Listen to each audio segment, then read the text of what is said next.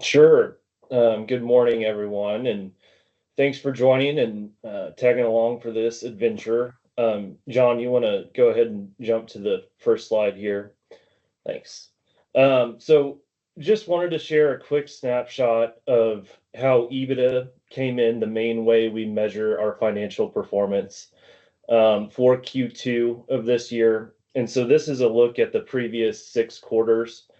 It is nice to see a trend of 4 consecutive quarters of increasing EBITDA number. Now, if you remember back in our record years that we had in 2022 and 23, we're not quite back to those levels yet. Largely a function of we still have some open capacity that the sales team is working to fill. But this trend here, on the increasing trend from Q3, Q4 of last year has been really nice to see. John, if you want to go to the next one, diving into more of a just this year snapshot. This chart shows EBITDA by month. And largely you'll see our AOP or our budgeted plan is the black line. And then the green shows what our actual EBITDA results have been for each of those periods. And so the sum of all that for the first 6 months of this year has shown that we're about 1 million ahead of our AOP. But I believe I shared at the last monthly huddle that we knew we were going to face some tougher waters in July just due to the belly primal and what the belly primal increase does to the spread on our buy side and the sales side of our contracts.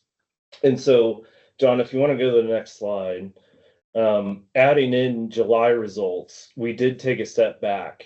And so this is largely a function of that belly primal spread. Volumes were consistent. Costs that we could control outside of just the commodity market were very consistent as well.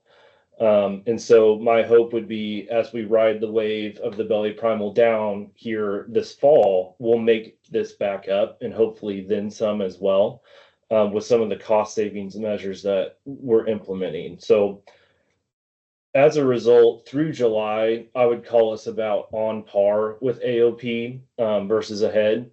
But hopefully in the fall, with the falling primal, we'll be able to make that up and get back slightly ahead.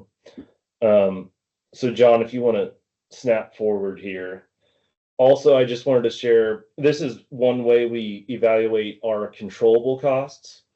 And a lot of folks have seen these charts before in our cost per pound, and our budgeted cost per pound is the yellow line and our actual results is the blue, compared to pounds produced in the background. And so largely we've hit some headwinds we've had pretty strong health insurance expenses this year, and we've had some maintenance expenses, particularly in Salt Lake with SQF audit results and addressing those items, et cetera. So largely our cost per pound or our controllable costs, so to speak, have been slightly heavier than we planned for. And so I know each facility is taking a stab at managing that spend as best as we can and really focusing on what we can control to stay as close or within our budgeted amounts as close as we can. So I just want to thank everyone for those efforts there. And with that, Kate, I will let you take back over.